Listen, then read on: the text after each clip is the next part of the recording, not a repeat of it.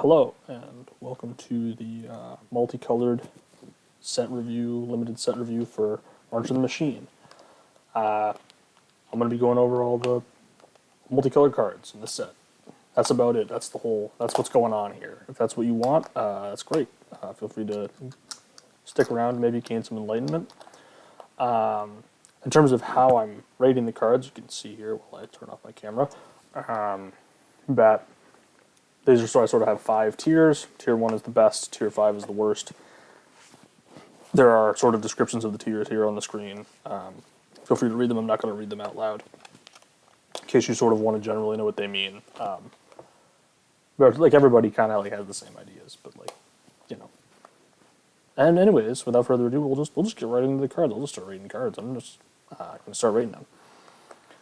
And this is for limited, by the way. Doesn't have any interest in constructed or really even sealed. It's mostly just draft. So, with all that in mind, Baral and Kari Zev. 1 blue-red for a 2/4 first strike menace. Whenever you cast your first instant or sorcery spell each turn, you may cast a spell with lesser mana value that shares a card type with it from your hand without paying its mana cost. If you don't, you create a 2/1 creature token and it gains haste. Yeah, this card's just really insane. It also has Q. I don't like this card would have been fine as like this card would have been a tier 1 card at like just a 3 mana 2/4, I think. But like it also has first strike and menace for some reason. I don't know. Like menace seems really unnecessary, but like it's there, I guess. So whatever. It's a great card. There's really not a whole lot else to say. The card is great. It pays you off for doing instants and sorcery stuff, which you kind of always want to be doing in blue-red, pretty much no matter what the set is. Next, Borobrigmos and Fibblethip. The easiest to pronounce card name of all time. 2 green-blue-red for a 6/5. When it enters the battlefield or attacks, you draw a card, then you may discard any number of land cards. When you discard one or more cards this way, this creature deals twice that much damage to any target, and you can pay 1 in the blue and put it into its owner's library third from the top. So to break this down, originally I thought this card was like kind of bad, but actually it's fine because you don't have to, like, you can just draw the card. You can just be like, I'll make a 5 mana 6/5 draw card. Yeah, and that's like pretty good. That's like a tier 1 card. And then you're like, well, it had a 2-drop that has something with 2 health. I'll just discard a land and kill it. It's just unnecessarily good. It's just so good. Like just really strong. And it's not an especially tough mana requirement either. It's just blue, green, red. Kind of fits right on the curve with when you expect to sort of have all your colors of mana generally. So, yeah, this is not the most difficult thing on the world to splash. I think it's worth doing so. And obviously, like you can even recur it if you want. There's just no need to recur it because, like, I mean, there is a need if the opponent kills it and you're just not losing the game somehow. But yeah, this card's just really strong. Next, Botanical Brawler, green-white for a 0/0 with trample. It enters the battlefield with 2 +1/+1 counters on it. Whenever 1 or more +1/+1 counters are put on another permanent you control, if it's been the first time the +1/+1 counters are put on that permanent this turn, put a +1/+1 counter on this creature. So this card can actually get more than 1 +1/+1 counter on it per turn. Like it's only not only once per turn. And a lot of these cards will say once per turn. Not the case. This card gets more than once per turn. With backup, this card is just nuts, right? Like you just ever have any card with backup, and backup is kind of like in green-white, you're gonna want like every backup card you can possibly get. You're gonna want to play with this card, and this card's just really strong. Like it's just a really strong card. I put it in tier 1. You might be wondering if there's another tier. Yes, there is. I promise. Everything just goes in tier 1 and is at the bit here. Every card's good. We just started with 3 really good cards. Now, the argument with this card is whether it's a tier 1 card or a tier 2 card. And I've decided to put it in tier 1 because of the way it can alter the game on turn 2. It just is so hard to deal with. Like your opponent is, like if you just ever get a +1/+1 counter on this, it's a 2 mana 3/3, which is just insane. Right? It's just a really good card. It basically has to be removed. Yeah, it just can take over the game so fast. It just is. It's strong in the late game too because you can play this and then like you play another card. Like you just play on 5 with like a 3-drop and you're just like, okay, well now I get this 3. It's just is. There's so many ways it's going to take over. Now again, the argument for it not being this high is that it is not necessarily independently powerful. It does require synergy. Like your deck has to be built around it. But when you're playing green-white, you're going to want this. Like this is exactly what you want to be doing in green-white. So. Next, Jeru and Hazaret. 2 red, white for a 5/4. As long as you have 1 or fewer cards in hand, this has Vigilance and Haste. And whenever it attacks, you look at the top 6 cards of your library. You may exile a legendary creature card from among them, put the rest on the bottom of your library in a random order until the end of turn. You may cast the exiled card without paying its mana cost. So the ability basically doesn't do anything. And it's in limited, it's difficult to have 1 or fewer cards in hand. So this is mostly just a 5 mana 5/4. Now, if you're playing a very hyper-aggressive deck, that is also difficult to cast. I guess might even be tier 4, but like I have a hard time like putting it lower just because like the rate is not terrible. If you have, and if you do have like another another legendary creature, it's like, yeah, there's like some of them. There's not like a ton, but there's some in the set. So it's not like impossible that you're gonna have a second one. And this card will be fine there. I may actually need to bump this down. This is just not a good. It's not like anything special really in limited. It's just even if it were 3 red white, which I think would be fine, at least for limited purposes, it would still not be very good. And just the extra casting requirements make it tougher. But as the top end of your aggro deck, I think it's maybe even but like there's probably better ways to go about it. Yeah, I'm settling on tier 3 for this, sort of punting on it. I don't think it's going to be very good. Next, Drana and Linvala. 1 white black for a 3/4 flying vigilance. Activated abilities of your creatures your opponents control can't be activated.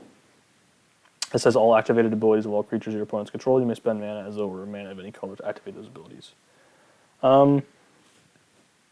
This text isn't that great, but a 4 mana 3/4 flyer is very good. And the rest of the text does come up sometimes, and so I'm just going to give this a high rating. It could end up just being like a tier 3 card due to difficulty of casting, like 1 white black, not easy. It's not easy to cast this card. But I think the text is going to come up enough that it bumps it up an extra tier. Maybe not a card you want to pack 1, pick 1 though, just because it is such a there's just no getting around the difficulty of casting this card. Yeah, the rate's just good when you can cast it. And notably, this does not turn off like the Phyrexian tokens, like the incubator tokens. It does not turn those off because those are not creatures or artifacts. So you would think that this would be good, but it doesn't actually do that. If it did that, I think this would actually be very much better. But because it only turns off creatures and it turns off transform, but this can't transform. So I don't know. It remains to be seen how good this thing is. I'm not seeing anything super high, but it's a solid card. Next, Elvish Vatkeeper. 1 black-green for a 3/3 when it enters the battlefield, incubate 2. And you may pay 5 mana and transform target incubator token you control. You double the number of +1/+1 counters on it. So it basically gives you an alternate mode to transform your guys. Which is good. It's nice to have. It provides a lot of value. The base rate on this is very strong. 3 mana 3/3 that incubates 2 is good. It's fine. I don't mind that. And it just synergizes with all your stuff. It's a solid, classic, signpost uncommon, whatever, power level card. Next, Errant and Giada. 1 white-blue for a 2/3 flash flying. You may look at the top card of your library at any time. Well, that's nice. And you may cast spells with flash or flying from the top of your library. So, very limited number of cards you're going to be able to cast with this, but that doesn't really matter. Just having the extra information and this being a flash flyer for 3 is good enough. It doesn't make it busted, but is if you ever cast a card with this, it's absurd. But the likelihood of that is pretty small. It's not like that. It probably happens 1 in every 5 times you cast the card. Maybe even less often than that. Depending on how many flyers you have, you really don't. There's not that many flash cards, but there is a decent number of flyers, as there always is in blue-white. So, solid card. Next, Galta and Mavrin. 3 green, white for a 12/12 trample. Whenever you attack, choose 1. Create a tapped and attacking XX green dinosaur token where X is the greatest power among other attacking creatures. And you can also create X 1/1 vampires with lifelink where X is the number of other attacking creatures. So this is great. It's a great card, but it is 7 mana and hard to cast, so it is losing a little bit of its shine here because it is not getting put into tier 1, it is getting put into tier 2 for that reason. But yeah, when this hits the battlefield, it's pretty much game over. It just is the matter of getting it on the battlefield that can be very difficult. In a format where fixing is okay, but not anything to write home about, it's pretty average, I would say. So I don't think this is going to be especially easy to cast. But yeah, I mean, this also works the turn it comes down, you play it, and you can attack, and you still get, it's like whenever you attack, so this thing doesn't have to attack. That's notable as well. Next, Glissa, Herald of Predation, 3 black-green for a 3/5. At the beginning of combat on your turn, choose 1, incubate 2 twice, so yeah, make 2 0/0s, basically. You can also transform on incubator tokens you control, and you can also have for X things you control gain first strike at death touch until end of turn. All this abilities like synchronize with each other. What is probably going to happen is you're going to incubate 2 twice, and then you're going to you can flip all your tokens. You can do there's all kinds of play patterns with this, and all of them are really insane. So I understand it's 5 mana, but it's just so strong. Like it's completely unblockable basically. It blocks. It doesn't block as well as a regular Glissa does, but it blocks pretty okay. And yeah, I mean, just like turning over all your incubator tokens for free, I think is going to be a more powerful ability than it looks, because I think there are going to be situations, especially in green-black, where you're going to be just having a bunch of them, and you're going to be like, well, I don't really want to. I got to spend all this mana to transform them, and you play this, and it's just like, oh, my problems are solved, you know. So it's a really solid card. Next, Halo Forager, 1 blue-black for a 3/1 flyer. When it enters the battlefield, you may pay X. When you do, you may cast target instant or sorcery card with mana value X from a graveyard without paying its mana cost. If you do, exile it. Yeah, I mean, this card, you can just play as a 3-mana 3/1 flyer, and it's not the end of the world, especially if you're planning on attacking battles and transforming them, and that's what you want to do. With this card, it's a perfectly serviceable way to use it. In the late game, even for 5 mana, you just get back like a 2-mana removal spell, and then this is great. It's just pure value. It just gives you pure value on the card, which is fantastic, and the body is good. It's just a strong card, really, when it comes down to it. Next, Hidetsugu and Kairi, 2 blue-black for a 5/4 flyer. When it enters the battlefield, you draw 3 cards, and then put 2 cards on top of your hand from your hand on top of the library in any order. Brainstorm. And when it dies, exile the top card of your library. Target opponent loses life equal to its mana value, and if it's an instant or sorcery card, you may cast it without paying its mana cost. So the last ability doesn't really matter very much. If it happens, fantastic. You probably do, like the first turn that this is like on the battlefield when you first cast this, do want to put an instant or sorcery spell onto the top of your library, just because that's the turn where it matters most if your opponent kills this. Like if this lives for a turn, like you're just winning the game anyways, you don't care if there's an instant or sorcery on top of your library, but if you can sort of, for insurance, put one on top, which I think is a cool thing. Like I think that's what you're supposed to do, is put something, because you're not really losing it. You're not going to shuffle it away or anything really, especially not in limited. So it's just a solid card. It really is just a really strong rate card. Again, the casting cost is relevant, right? I originally was debating between tier 2 and tier 1, and I was like, well, the casting cost maybe prevents this, but I think just it's too strong. Like, it's just a 5-mana 5/4 flyer. It's just really, like, gets out. Like, it's a must kill, and then when it gets killed, it gets value.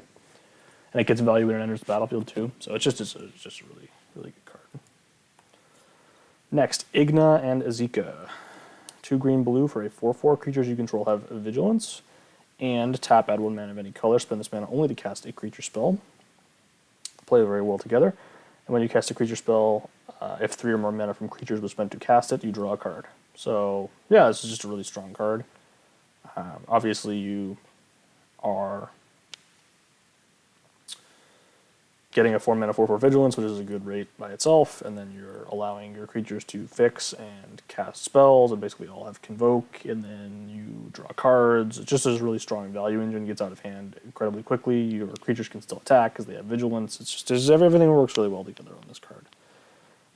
It may not get there. The format might be too fast for it.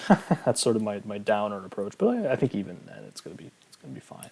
So, yeah. Next, Joyful Storm Sculptor. 3 blue-red for a 2/3. When it enters the battlefield, you create 2 1/1 blue and red elemental tokens. And when you cast a spell that has Convoke, this deals 1 damage to each opponent in each battle they protect. So I don't know how much that last line of text really matters. I'm just not really clear. I think that just making the bodies is fine. Making the 2 1/1s is okay. But This is pretty clear about what it wants to do, which is convoke, but it is 5 mana. So like, do you really want to spend 5 mana to make your other spells cheaper? Like, yeah, maybe, but you are impacting the board. You get 3 guys, which is relevant for sure. Allows you to protect your battles. I don't know. I'm wary of this being a little too expensive. Maybe this is even too high. I originally had it in tier 4, and then I put it in tier 3 because influence from the outside, which is not what I was not supposed to have. That I was supposed to do this before doing outside influence, but then outside influence happens anyways, and then my brain gets corrupted. It's all a problem, and it's a process. But generally, like the baseline for this is fine, but not great. And obviously, when you're like convoking it, like you're not getting that much out of it. But I guess that means you don't have to do it. But it makes your convoke spells a lot cheaper. So yeah, I don't know. We'll see. Next, Kogla and Yidaro. 2 green, red for 7/7. When it enters the battlefield, you can choose one. It gains trample and haste, or it fights a target creature you don't control. And you can also has the ability 2 red, green. You can discard it and destroy up to 1 target artifact or enchantment and shuffle it back into your library and draw a card. So yeah, this card's just insane. Like for what it has, it provides so much versatility and like for no reason. Like it just like had like this card would be a tier 1 card if it just had the first 2 abilities, but it also just allows you to cycle it. Like it also allows you to like draw a card and destroy an artifact or enchantment. I know it's a 4 mana, but whatever. Like just having that ability is very strong. People will say you don't complain about casting costs in this. Well, first of all, it's green, so green generally has the best fixing of any of the colors.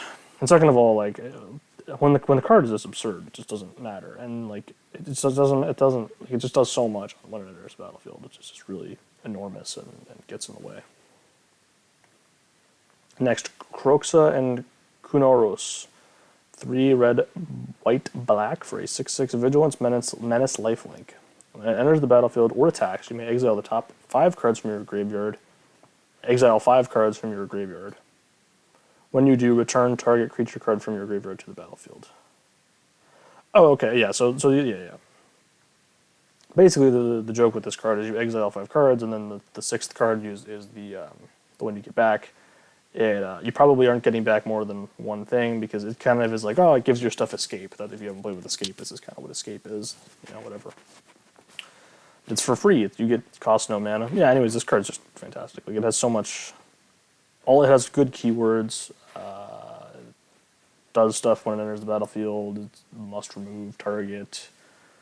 Lifelink is good and limited. All those things. All those phrases that people say. I'm one of those people that say them. Yeah, color requirements, maybe not the best, but whatever. I mean, it's not the worst either in terms of casting cost. And so I think it's going to be really good. Next, Marshal of Zalfir. White-blue for a 2/2. Knight. Other knights you control get +1/+1, and you can pay white-blue to tap another target creature. So yeah, this card's just really insane. It's a knight. It's a lord of knights for blue-white, which is going to be the Knights Tribe deck. I don't know, man. It just seems really insane to me. I see this card and I'm like, man, it's just doing like it just. We just saw this in Brothers War with the Lord, and that card was really really strong. This card's just better than that card because it's 2 mana. It also lets you tap something down for no reason. I don't know why it has that ability. Also, it's just like, what if we made it really absurd? And it's just like, okay, it's really absurd. So that's where this card is. Next, Mirror Shield Hoplite. Red, white for a 2/2 vigilance. Whenever a creature you control becomes the target of a backup ability, copy that ability. You may choose new targets for the copy. This ability triggers only once each turn. So I really like this card because I think backup is the best mechanic in the set. I think it's the strongest mechanic. I think Wizards also knows this based on how this priced some of the cards with backup on them. Usually when they price stuff that way, it means they know something, and they're like, oh. This actually might have made this mechanic like insane, and so now we gotta relax. So yeah, this card is gonna play really well with those cards because it's a good thing to wear the tokens because it has vigilance. Now it's not the best ability, but whatever. Like it's fine. It's nothing spectacular. It protects your battles too if you want to have battles in red white, which I almost certainly doubt that you do, but maybe you do. I don't know. I just think it's a strong card. That could be. I'm willing to move down on it if it doesn't perform early on. Next, Mutagen Connoisseur, 1 green-blue for a 0/5 flying vigilance. Gets +1/+0 for each transform permanent you control. So this is going to be a 0/5 for a large portion of the game because transforming stuff, while it is very conceivable that you will achieve in this set, once you lose the transform stuff, this also loses its power. But like, if you even get like one thing, is it that bad? It's kind of still not good. So you kind of need to get to 2. Even when you get to 2, it's like, sorry, are we really doing it here? Is this why we put this card in our deck, to get 2 transform permanents? There are a lot of things that transform. There's battles, there's Phyrexian tokens, all that stuff, but I'm skeptical. It's going to require a lot of investment for the. It's not like the blue-white one from last set where it just is like, oh, you have artifacts and it's good. This one requires a lot of extra mana to be spent, but we'll see. Maybe it may still get there just because of flying and vigilance are so good. Omnath, Locus of All. White, blue, green, red, and Phyrexian black for a 4/4. If you would lose unspent mana, that mana becomes black instead. So I don't know how long that ability lasts. Like, can you just keep that mana forever? Or does it just sit until you lose Omnath? Like you spend a bunch of mana and then Omnath is sitting on the battlefield and you're like, well, I'll just leave it hanging.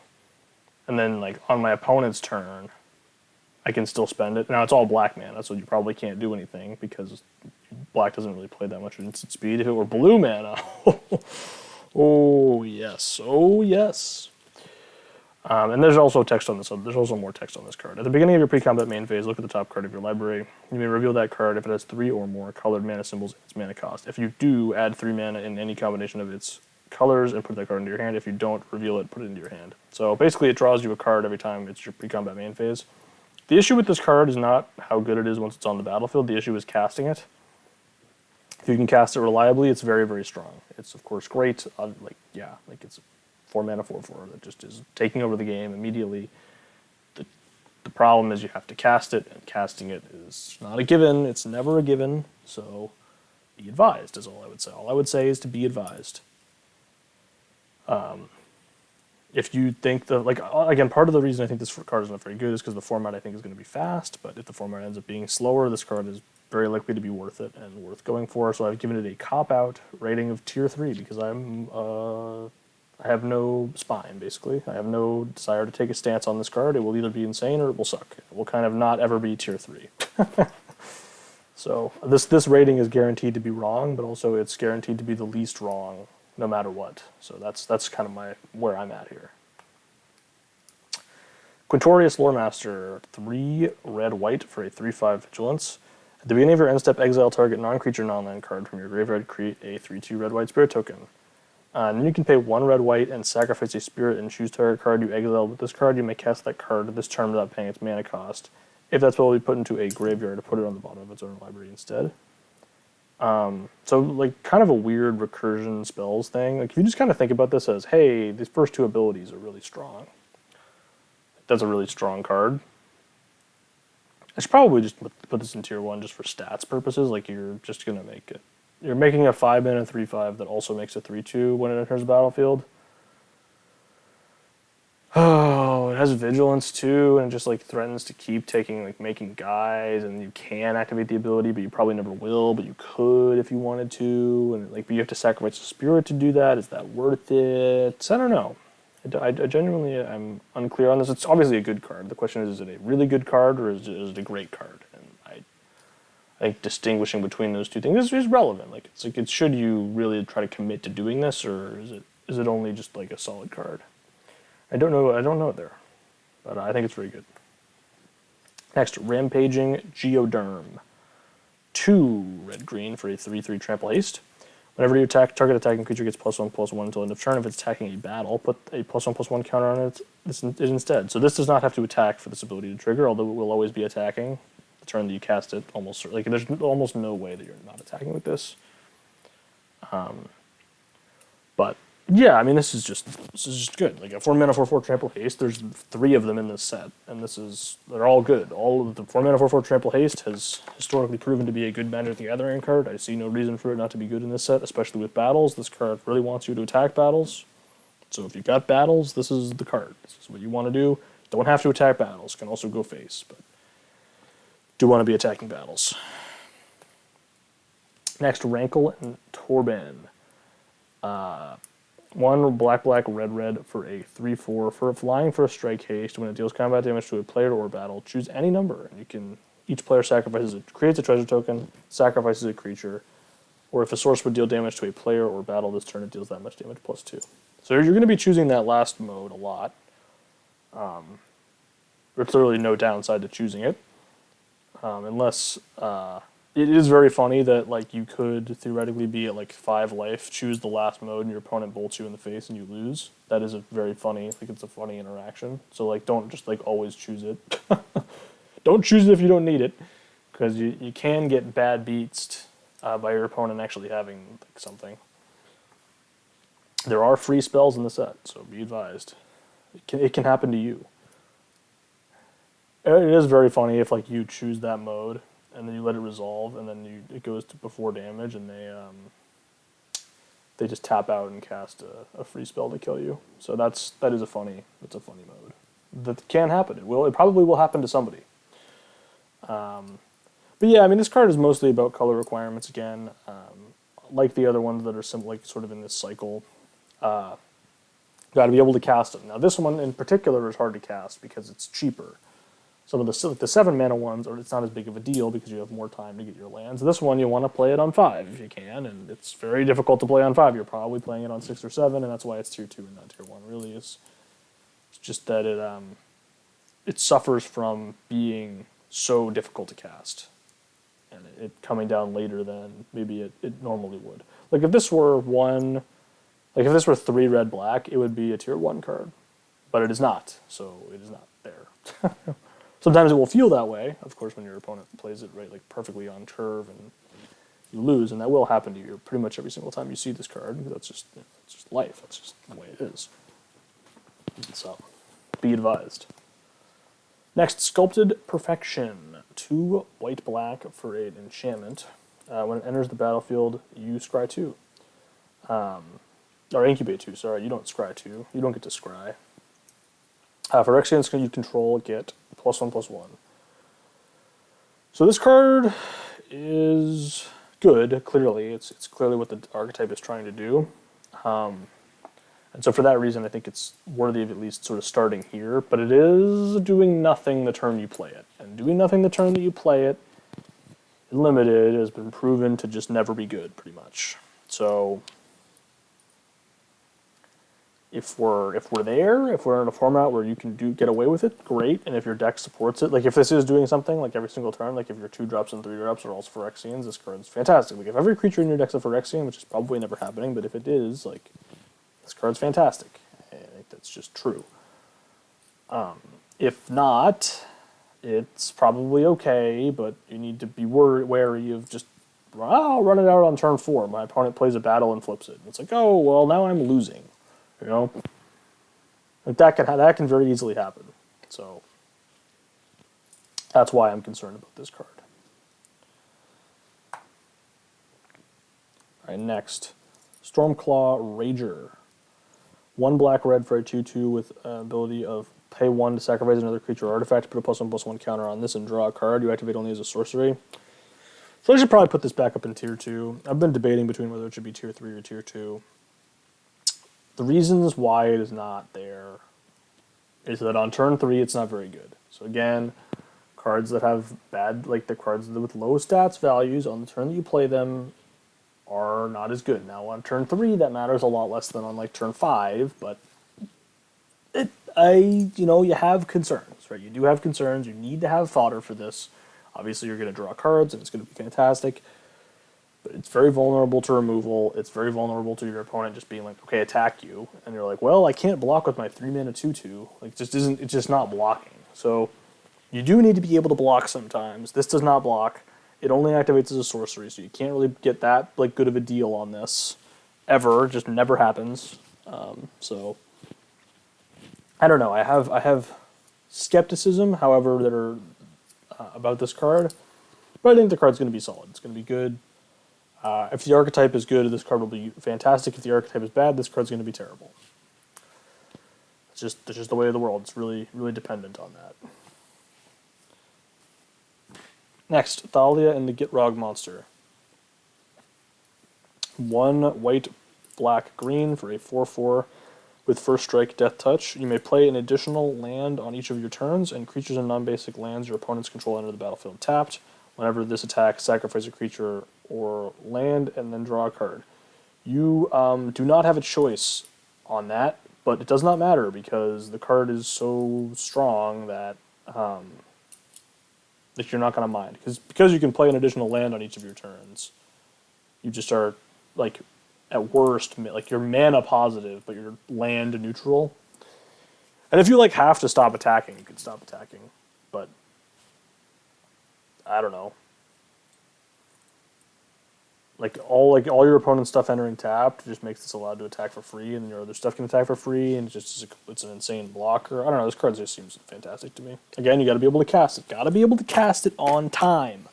On time. Though this one is less relevant on being on time. This one can be a little bit late, if you have to.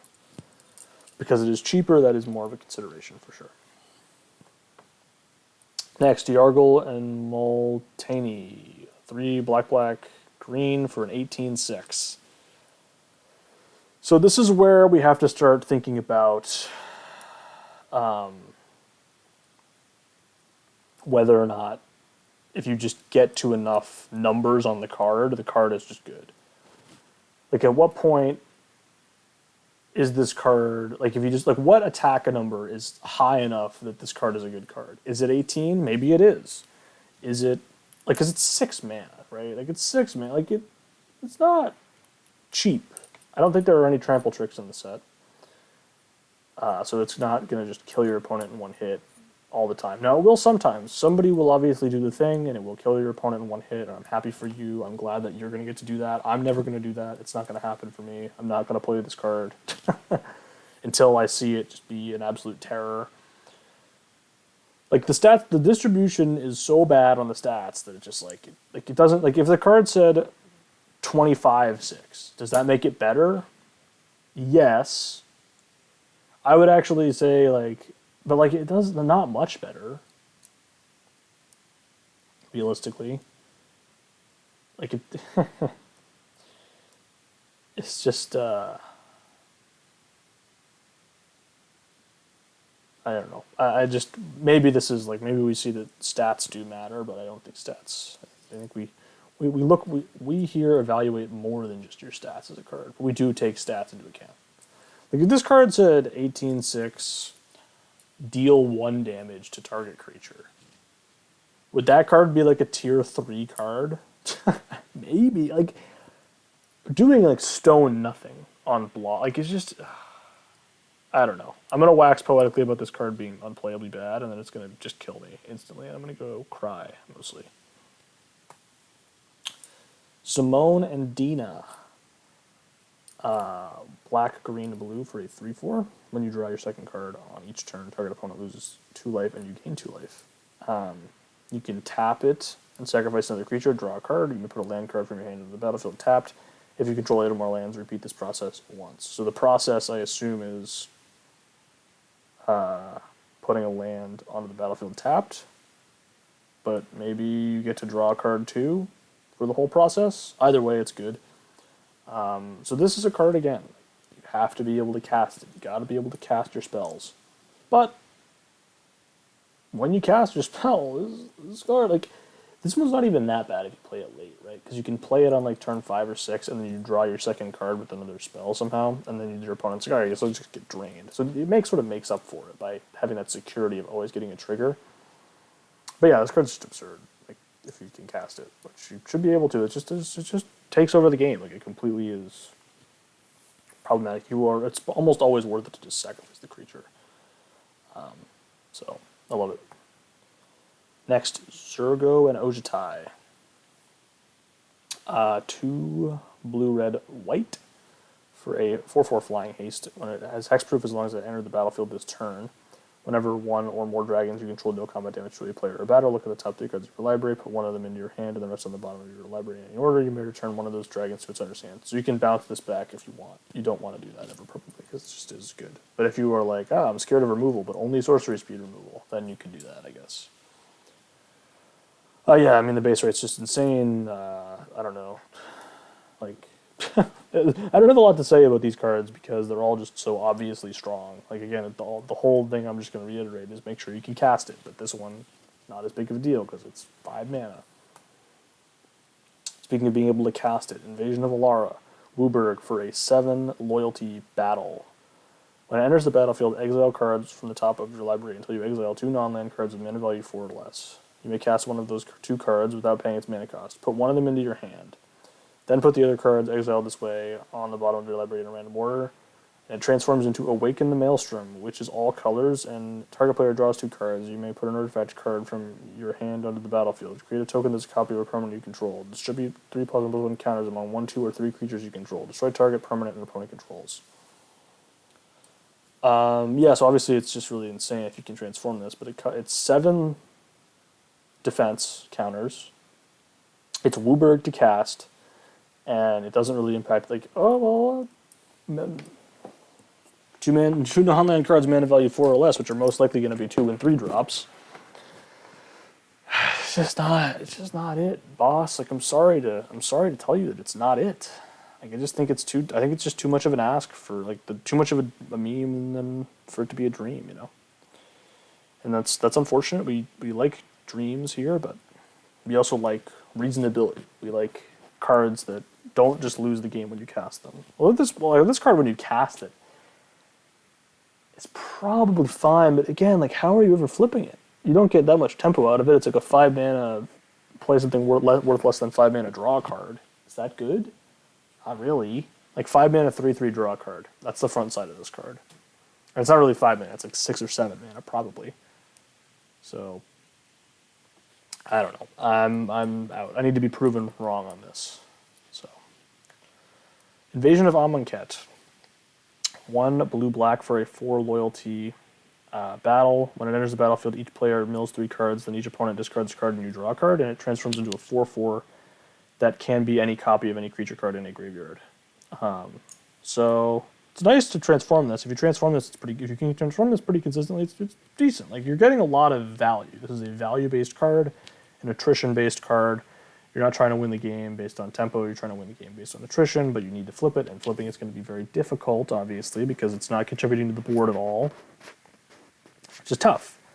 And the back of this card is fine, but you have to, again, if you can transform this somehow. I don't know how you're ever transforming it. It's kind of awkward. Like, turn 3 is not when you want to play your battles. Turn 4 is when you want to play your battles, I think, most of the time. So this is kind of making it difficult on yourself to flip it. But if the format is really slow, this card could be insane.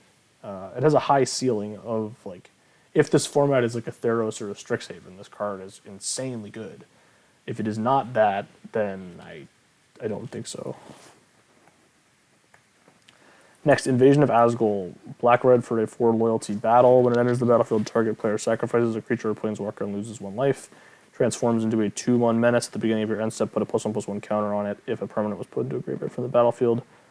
This turn, I'm not super impressed by this card. The backside just dies to everything. And the front side is fine, but edicts tend to play out worse than people want them. Like, they think that they do. They actually sort of impressed in All Will Be One a little bit. They had a bit of a good run. But I think we're going to be back to reality on edicts here. I'm just not. Like, anything that's an edict, I'm just kind of like, no. I'll just discount that immediately. But yeah, certainly could get there. It's tough. Again, it's tough to flip, right? Because you're playing it on 2, and you're probably not playing it on 2. You're probably playing it on 4 with a 2-drop, and then you can flip it, and that's great. But that's the ideal case. Like, how often is that happening? Probably about 30% of the time. Something like that, 30-40% of the time. If it happens more than 50% of the time, this card's insane. But I don't think that's true. I think it's going to only happen like 30% of the time, and that sort of keeps it from being stronger than this. Next, Invasion of Urgamon. Green-red for a 5 loyalty battle. When it enters the battlefield, create a treasure token, and then you may discard a card if you do draw a card. And it transforms into a 3/4 trample. When it enters the battlefield, you may discard a card if you do. Search your library for a land or battle card, reveal it, put it in your hand, and shuffle. Yeah, I mean, this card, like, is one of those cards where you look at it and I'm like, this is kind of bad. But then I'm like, it does a lot of things. It does a lot of small things. And I'm kind of, like, interested. I'm intrigued by this card. I'm intrigued by the value that this card could provide. Like, why is it 5 toughness? It doesn't seem like it needs to be 5 like 5 loyalty. It seems like it could have been 4, but the designers made it 5 for some reason, which makes me think it's good. Like, was it too good at 4? Maybe. I guess it was too good at 4. So, like, if it was too good at 4, does that mean it's a good card? I don't know. So, we have suspicions about this card maybe being better than it looks, I think. Next, Invasion of Kaladesh. Blue-red for a 4 loyalty, 4 toughness, whatever, battle. When it enters the battlefield, create a 1/1 Thopter with flying, and it transforms into a star 4 vehicle with crew 1. Its power is equal to the number of other artifacts you can, or not other, equal to the number of artifacts you control, which is strong, but it's a vehicle, and vehicles are finicky at times. And, like, are you really, like, your 2-drop is really going to be like, all right, I'm going to spend 4 turns attacking this battle. It's like, yep, okay, got it. Like, I don't know. I'm just not. Like, feel like it's like, oh, but it can transform itself. It's like, no, but, like, can it, though? Like, I don't think that it can. Maybe it can, and that's great for it, but I just don't think it can. Next, Invasion of Kylem. Speaking of not transforming itself, 2 red-green for a, or not red-green, red-white for a 5 defense battle. When it enters the battlefield, up to 2 target creatures each get +2/+0 and gain vigilance and haste until end of turn. Don't know why they gain haste, couldn't tell you. It transforms into 2 3/2 white warrior creature tokens with when this creature and at least one of their creature token attack put a +1/+1 counter on this creature, so it's basically like 2 4/3s when they attack, if they attack together. So obviously the backside of this card is really insane, but flipping it is going to be so difficult because, like, you don't provide any extra toughness to your creatures that are getting this. It's 5 defense counters. It's 4 mana. I don't know. I just think the front side of this is just so unappealing to me that I can't really even see the back being good. But I guess it could happen. It's possible that it could happen. I just don't know how. I'll have to see it to believe it, I guess. Next, Invasion of Lorwyn. 4 black-green for a 5 defense counter battle. When it enters the battlefield, destroy target non-elf creature, which is pretty much every creature in the set. Equal to, with power X or less, where X is the number of lands you control. Again, pretty much everything. And it transforms into a star that is power toughness equal to the number of lands you control. So this is just a ton of value. Like, this is like a win condition by itself.